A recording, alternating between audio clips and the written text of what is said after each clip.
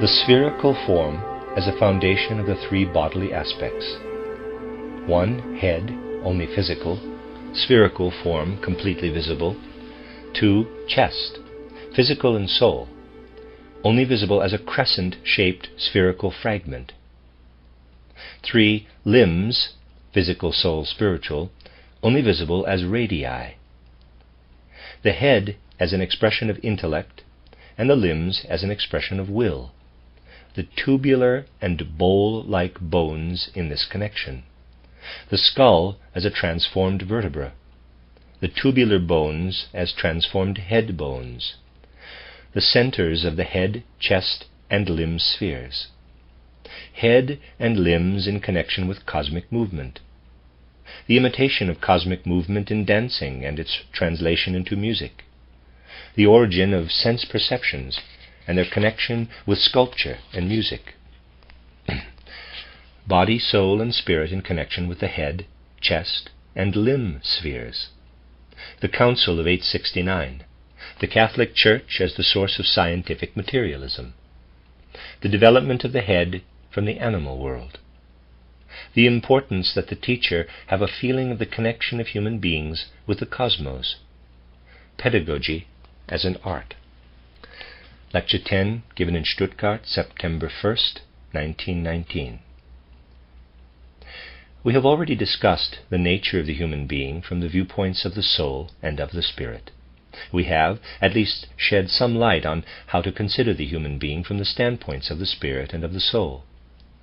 We need to supplement these considerations first by connecting the spiritual, soul, and bodily viewpoints to achieve a complete survey of the human being, and then continuing on to an understanding of external physicality. First, we want to recall something that must have already struck us in various ways, namely that the three aspects of the human being have different forms. We have already noted that the form of the head is spherical, and that the physical nature of the human head lies in this form. We then took note that the human chest is a fragment of a sphere, so that schematically, where the head is a sphere and the chest a crescent moon, clearly this crescent is part of a sphere. We can thus complete the moon form of the human chest. You can correctly envision this middle portion of the human whole only if you consider it a sphere, but a sphere with only a portion, the crescent moon, visible, and the other portion invisible. You may recognize that when ancient people who had the capacity to see forms more clearly than we can now spoke of the head as consonant with the sun and the chest with the moon, they were not incorrect. Just as you can see only a portion of the sphere when the moon is not full, in the same way you can see only a fragment of the middle human aspect in the form of the chest. Excuse me. You can see that the form of the human head in the physical world is relatively complete. The head shows itself physically as something completed. In a certain sense, it is what it appears to be and hides the least of itself. The human chest hides quite a bit of itself, leaving a portion of its nature invisible. To understand human nature, it is very important to recognize that a major portion of the chest is invisible. The chest reveals its physicality only on one side, that is, toward the rear. Toward the front, it blends into the soul state. The head is only body. The human chest is body toward the rear and soul toward the front. We carry a real body only in our head as it rests upon our shoulders. We have body and soul by separating the physical chest from the remainder of the chest aspect and allowing it to be acted upon by the soul. The third aspect of the human being is the limbs. From the standpoint of external observation, the limbs are set into the other two aspects, particularly into the torso. How can we understand the nature of the human limbs? We can understand the nature of the human limbs only when we imagine that parts that differ from those remaining in the chest are left over from the spherical form. A portion of the periphery remains in the chest. What remain for the limbs are more from the inside of the sphere, the radii, the core of the sphere is attached as limbs. As I have already said, simply inserting one thing into another schematically will not achieve much. You must always intertwine things, because that is what enlivens them. We have the limb nature of the human being embodied in the limbs. But you see, the head also has limbs. If you really look at the skull, for example, you will find that the upper and lower jaw bones are set onto the skull. They are really attached like limbs. The skull has its own limbs, the upper and lower jaw bones, and they are attached to the skull like limbs, but they are stunted and are really only bony structures. There is yet another difference. If you look at the limbs of the skull, that is the upper and lower jaw bones, you will notice that what are important are the bones themselves. If you look at the limbs attached to the entire body, at the real nature of the human limbs, you will find their essence in their clothing of muscles and blood vessels. In a sense, the bones of the arms and legs, hands and feet are only inserted into the muscles and blood vessels. The muscles and blood vessels in the upper and lower jaws, the limbs of the head, are stunted. What does this mean? As we have already heard, the organ of will lies in the blood and muscles. Therefore the arms and legs, hands and feet are developed for the will. What primarily serve the will, namely blood and muscles, are to a certain extent removed from the limbs of the head, because what should develop What primarily serve the will, namely blood and muscles, are to a certain extent removed from the limbs of the head, because what should develop tend toward the intellect and thinking cognition. Thus, if you want to study the expression of the will in physical forms, you will study the arms and legs, hands and feet. If you want to study how intelligence is revealed to the world, then you will study the head as a skull, as a bony structure, and how limb-like structures, like the upper and lower jaw bones, are connected with the head. You can always see external forms as revelations of inner things, and you can understand them only when you see them as revelations of inner things. I have found that most people have great difficulty comprehending the relationship between the tubular arm and leg bones and the bowl-like bones of the head. It is good in this regard for teachers to learn a concept that lies far from normal life. Thus, we come to something very difficult, perhaps the most difficult thing we need to imagine, and something that we must get past in these pedagogical lectures. You know that Goethe first turned his attention to the so-called vertebral theory of the skull. What does that mean? It means he used metamorphic thinking in connection with the human being and its form. If you consider the human backbone, you will see that one vertebra sits upon the other. We can remove one vertebra and its horns and passage for the spinal cord. From his observation of a sheep's skull in Venice, Goethe perceived that all the bones of the head were transformed vertebra. That means that if you think of a vertebra and push it and pull it in various ways, you will create the bowl-like form of the skull. This insight made a great impression upon Goethe and was very important for him, because he had to conclude that the skull is a transformed, a more developed spinal column. You can relatively easily see that the skull arises out of a metamorphosis of the backbone. However, it is relatively difficult to comprehend the limb bones, even the limb bones of the head, that is the upper and lower jaw, as a transformation of the vertebra or skull. Goethe attempted this, but in a very superficial way. Why is that? It is because a tubular bone is also a metamorphosis or a transformation of the skull, but in a quite particular way. You can relatively easily picture a vertebra transformed into a skull, in that you think of the individual parts enlarged or reduced. However, it is not so easy to get the shape of tubular arm or leg bones from the bowl-shaped skull. You must use a certain procedure to achieve that. You must use the same procedure with tubular arm or leg bones that you would use when you put on a sock or a glove and first turn it inside out. It is relatively easy to imagine how a glove or a sock looks when turned inside out, but tubular bones are not uniform.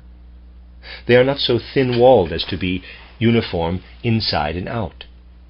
They are made differently on the inside and outside. If you made a sock in the same way and then made it elastic so that you could artistically form it with all kinds of bumps and dents and then turned it inside out, you would no longer have the same form on the outside as the inside. It is the same with tubular bones. You must turn the inside toward the outside and the outside toward the inside. What results is the form of the skull. The human limbs are not only a transformation of the skull, they are in addition a skull turned inside out. Why is that so? It is so because the head has its center somewhere inside. It is concentric. The chest does not have its midpoint in the middle of the crescent. The midpoint of the chest lies very far away. The sketch only partially indicates this, since it would be very large if it were completely drawn. The chest has its center very far away. Where does the midpoint of the limb system lie? Now we come to the second difficulty. The midpoint of the limbs lies in the complete circumference. The middle point of the limbs is actually a sphere, the opposite of a point. It is a spherical surface. The middle is actually everywhere, and this is the reason that you can turn in every direction and that the radii enter from every direction. They are united with you. What is in the head arises out of the head, but what occurs in the limbs unites itself with you. For this reason, I said in another lecture that you must think of the limbs as being set into you. We are really a whole universe, only what wants to enter us is concentrated at its end and becomes visible. A very small portion of what we are becomes visible in our limbs, enough for the limbs to be something corporeal, but actually only a scintilla of what exists in the human limb system, namely the spirit. The body, soul, and spirit exist in the human limb system. The body is only hinted at in the limbs. However, they also contain the soul as well as the spirit, which in principle encompasses the entire universe. We can also make another sketch of the human being. We can view the human being as a gigantic sphere that encompasses the entire universe, then a smaller sphere, and then a still smaller sphere. Only the smallest sphere is completely visible. The somewhat larger sphere is only partially visible. The largest sphere is visible only at the end of its radii, and the remainder is invisible. In this way, the form of the human being is created out of the universe. In the central system, in the chest, we have the head united with the limbs. If you look at the backbone and the connection to the ribs, you will see that toward the front there is an attempt at closure. In the back everything is closed. However, toward the front there is only an attempt at closure. The closer the ribs are to the head, the better they achieve closure, and the lower they lie, the more they fail at this. The last ribs do not come together at all because the outside forces that enter the limbs act against it. The Greeks were still quite conscious that the human being is connected with the entirety of the macrocosm. The Egyptians also knew this very well, only they knew it abstractly. When you look at Egyptian sculpture or at old statues in general, you can see the expression of this cosmic thought. You cannot understand what people in ancient times did if you do not know that their actions were consistent with their beliefs, namely that the head is a small sphere, a miniaturized heavenly body, and that the limbs are a radial piece of the entire cosmos entering the human form. The Greeks had a beautiful and harmonious picture of this, which is why they were good sculptors. Today you cannot really understand human sculpture unless you are aware of the connection of the human being with the cosmos. Otherwise you only fumble around with external natural forms. From what I just said, you will recognize that the limbs incline more toward the cosmos and the head more toward the individual human being. However, toward what do the limbs tend? They tend toward the cosmos, in which the human being moves and continually changes position. They have a relationship to cosmic movement. You must understand that the limbs have a relationship to cosmic movement. When we move around in the cosmos and perform deeds, we are limb human beings. What does cosmic movement have to do with our head? I already mentioned that, from another perspective, the head rests upon the shoulders. The head has the task of stilling the continuous movement of the cosmos. You can imagine yourself in your head by picturing yourself sitting in a train. The train moves forward and you sit quietly within it. In the same way, your soul sits in your head as it allows the limbs to move it about and brings an inner stillness to this movement. Just as you can stretch out and rest in the train, if you have sufficient room, perhaps even a sleeping car, despite the fact that this rest is not true rest, since you are moving rapidly through the world, nevertheless you have a feeling of resting. In the same way, the head calms what the limbs accomplish as cosmic movement. The chest is in the middle and mediates movement in the external world with what the head brings to rest. Now imagine we human beings want to imitate cosmic movement with our limbs. What do we do then? We dance. In reality, we dance. What we commonly call dancing is only a fragmentary kind of dancing. All dancing arises out of the human limb's imitation of the movements of the planets and other heavenly bodies, including the earth itself. However, what do the head and chest do when we imitate cosmic movements through dancing? In the head and chest, it is as if we stifled our movements in the world. They cannot continue through the chest into the head because this fellow is sitting on our shoulders and does not allow movements to continue on into the soul. The soul has to participate in movement from a state of rest because the head rests upon the shoulders. What does the soul do then? It begins to reflect upon the dancing of the limbs. It starts to growl when the limbs perform irregular movements. It begins to murmur when the limbs move rhythmically. And it begins to sing when the limbs move in harmony with the cosmic movements of the universe. In this way, dancing is transformed outwardly into song and inwardly into music. Unless sense physiology accepts the cosmic nature of the human being, it will never comprehend perception. It will never know how the movements in the air are connected with music. It will always maintain that movements are out there in the air and that people perceive music inwardly. That is what physiology and psychology texts state, the only difference being that one does so at the end and the other at the beginning. Where does this come from?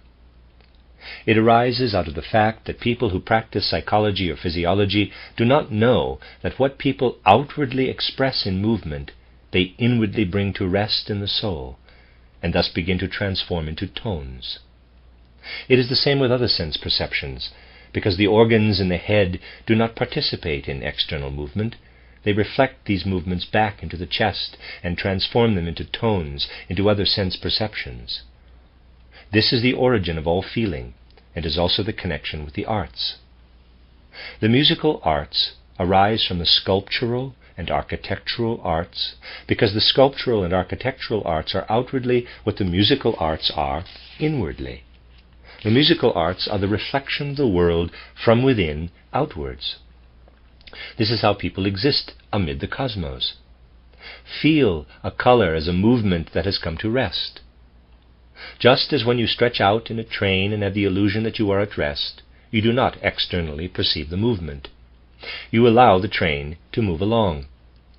Through fine, imperceptible movements of the limbs, you allow your body to participate in the outer world, while inwardly you perceive only colors and tones. You owe this to the fact that your head as a form is carried in rest by the limbs. As I have already said, what I have to tell you here is rather difficult.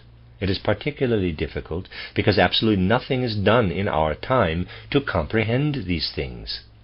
Everything we currently understand as education is done so that people remain unknowledgeable about these things. What actually occurs through our modern education? People cannot fully understand a sock or a glove without turning it inside out because they will not know what touches their skin in the sock or glove. They will know only what is on the outside. In the same way, modern education teaches people to know only what is turned toward the outside, and they have a concept for only half a human being. They cannot comprehend even the limbs, because the limbs are the spirit turned inside out.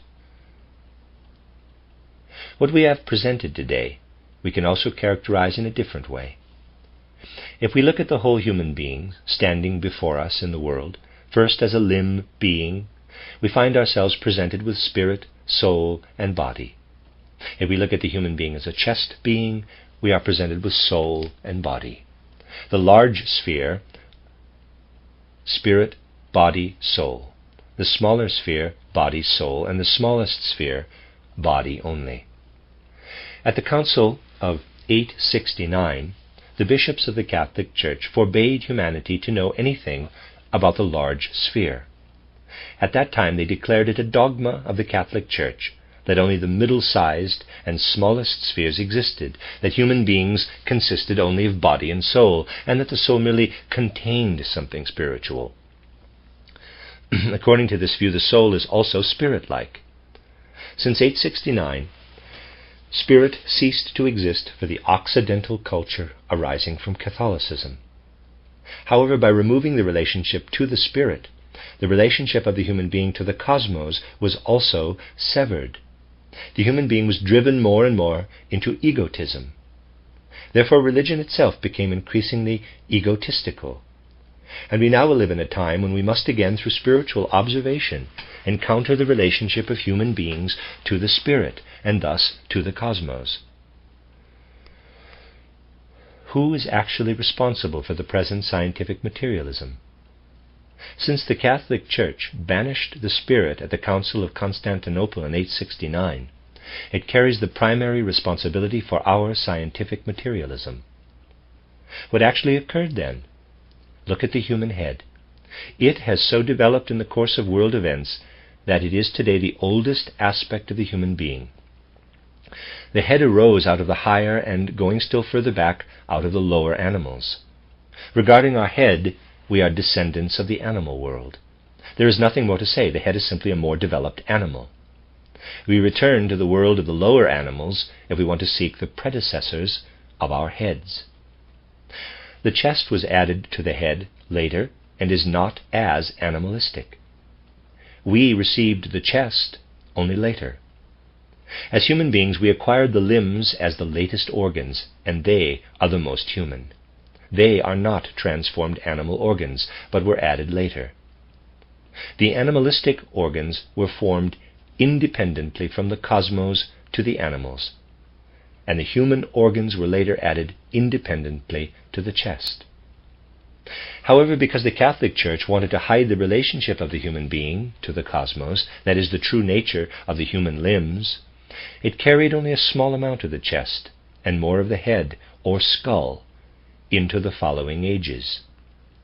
Thus materialism came to the idea that the skull descended from the animals and now speaks of the idea that the entire human being descended from animals, whereas the chest and limb organs developed only later.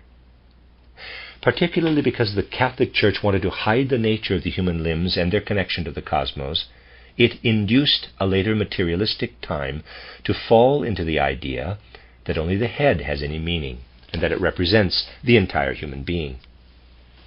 In truth, the Catholic Church is the creator of materialism in the study of evolution.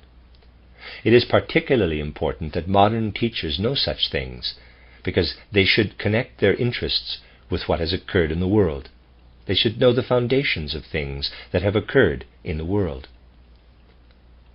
Today, we have attempted to clarify how our era became materialistic by beginning with something quite different, namely with the sphere, the crescent, and the radial form of the limbs. That is, we began with something apparently at the opposite pole, in order to clarify a large, overpowering historical fact. This is necessary so that particularly the teacher, who otherwise can accomplish nothing with the growing child, is able to grasp cultural facts by the roots. Teachers can then take up something necessary to proper teaching through their unconscious and subconscious relationships to children. Teachers can then properly respect the human form and see it everywhere in relationship to the cosmos. They can approach the human form differently than when they see it only as a better formed animal body. Today, teachers, even though they often give in to illusions when in their studies, basically stand before the children with a clear awareness that the growing child is a young calf or small animal, and that they are to develop this little animal a little further than nature has done. Teachers will feel differently when they say to themselves that here is a human being from whom relationships extend out to the entire cosmos, and that when I do my work with every one of these growing children, I do something that has meaning for the entire universe. We are in the classroom, and within every child lies a center of the universe. The classroom is a center, yes, even many centers for the macrocosm. Think to yourselves how alive this feels and what it means. Think about how the idea of the cosmos and its connection to the human being becomes a feeling that makes each act of teaching holy. If we do not have such feelings about human beings and the cosmos, we cannot seriously and properly teach. At the moment when we have such feelings, they are carried through sub-earthly bonds to the children. In another regard, I mentioned that it is a thing filled with wonder to see that the earth conducts electricity without wires when wires are attached to copper plates in the earth. If you go to school with only egotistical human feelings, then you will need all sorts of wires, words, to communicate with the children. If you have the great cosmic feelings that unfold such ideas as we have just developed, then a sub-earthly conductor goes to the child. Then you are one with the children. This is part of the mysterious relationship between you and all school children. We must base what we call pedagogy upon such feelings. Pedagogy may not be a system. It must be an art. Where is an art we can learn without continuously living and feeling? However, the feelings in which we must live in order to practice that great art of life that is pedagogy, the feelings that we must have for pedagogy, are brought to life only through an observation of the cosmos and its connection with the human being.